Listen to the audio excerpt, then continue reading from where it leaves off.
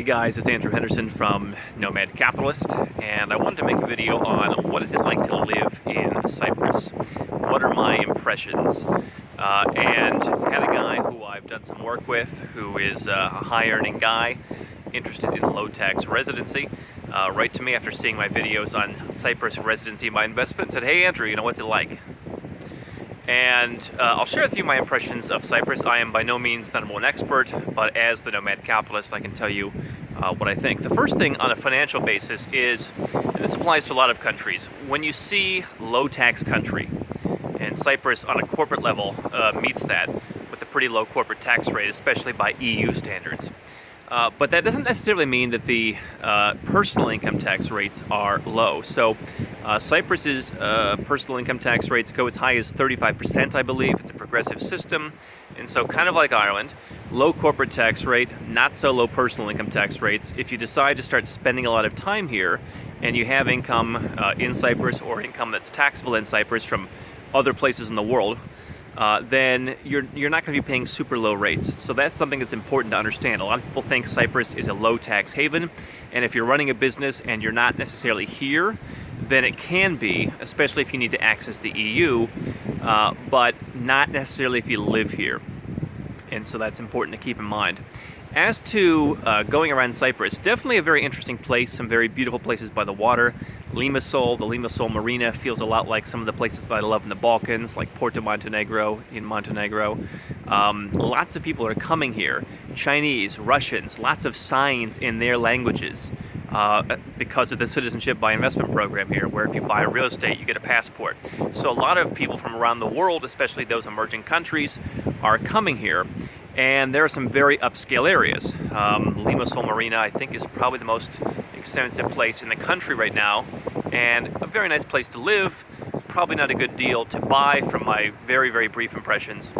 But when you venture out from the capital, when you venture out from Limassol, when you venture out from here on the slightly less desirable beaches of Larnaca, where one of the big airports is, it feels a lot like Crete in Greece, feels a lot like parts of the Balkans, feels like even in parts like Arizona and Southern California, where I spent a lot of time in the United States. So it's wide open, it's desert. It's a very intriguing landscape, and if you like the ability to go to the beach, the ability to go up into the mountains, the ability to go into small villages with old stone houses, and you want that kind of diversity, then it's an interesting place.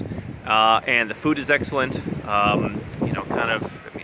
For me, as someone who's not an expert on food in this region, seems like some of the foods you'd have in Greece, maybe not quite as much fish, more meat, so kind of that Arabic, Northern African, Greek influence altogether. And that's where you're at in the world. So if you're trying to get around the world, obviously here you're not so far from Egypt, you're not so far from the Gulf, you're not so far from Athens. You are a little bit further from Western Europe, from London, for example.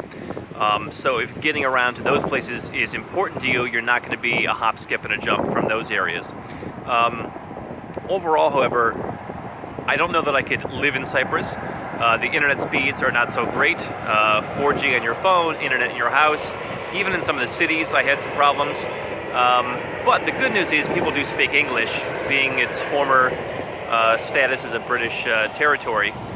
Very good English is spoken, service is very good, food is good, transportation is pretty good, and if you want something, my take is it's a place if you want something secluded. If you want a villa and you don't want to pay Malta prices, or you don't want to pay France prices, or whatever else in Western Europe prices, you can get a bit of a deal here. If you're looking for a residency or citizenship by investment, it might be what tips you over the scale. But if you're not, as a nomad, mediocre internet,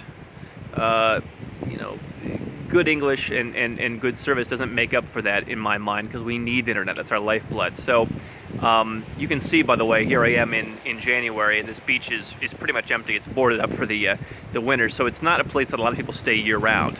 Not a bad place, like I said, for a villa if you want to be secluded, if you want to make an investment. I probably wouldn't make it my full-time home. I think there are probably better options out there, but definitely a place you should check out as a nomad.